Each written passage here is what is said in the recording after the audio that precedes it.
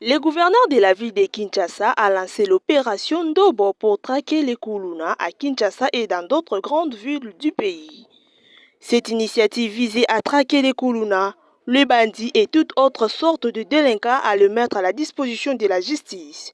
C'est ce vendredi 6 décembre 2024 que cette annonce a été faite par Jacquemaine Chabani, vice-ministre de l'Intérieur, à l'issue d'une réunion avec notamment le commandement de la police nationale congolaise PNC en sigle et le gouverneur de la ville de Kinshasa, Daniel Bumba. Oui, nous avons convoqué aujourd'hui une réunion avec le commandement de la police nationale congolaise et le commissariat provincial de la ville de Kinshasa avec tous les commandants des différentes communes.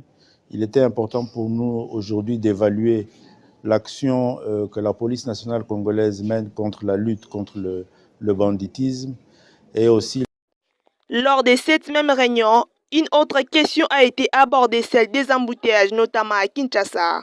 À ce sujet, Jacquemaine Chabani a annoncé qu'une réunion ministérielle se tiendra dans les prochains jours pour envisager des solutions visant à améliorer la circulation dans la capitale et dans d'autres villes du pays.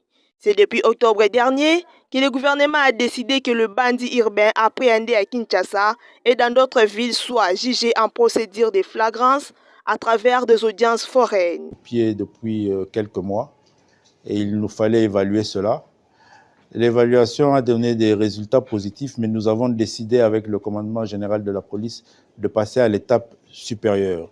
C'est ainsi qu'il a été institué l'opération Ndobo, qui est une opération qui consiste à maîtriser, à ce que la police puisse maîtriser les fauteurs de troubles, communément appelés Kuluna, et à les mettre rapidement à la disposition de la justice pour que, conformément à l'instruction nous donnée par le président de la République, ils soient mis à la disposition des audiences foraines qui vont s'organiser dans un cycle régulier de manière à ce qu'ils soient condamnés et qu'ils purgent leur peine de façon régulière. Donc ça, c'est la première disposition avec... Selon les vice-ministres de l'Intérieur, cette action renforcera la capacité de la police congolaise dans la gestion de la criminalité urbaine. Donc ça, c'est la première disposition avec l'opération Ndobo qui va renforcer les capacités de la police nationale congolaise sur la gestion de la criminalité dans les milieux urbains.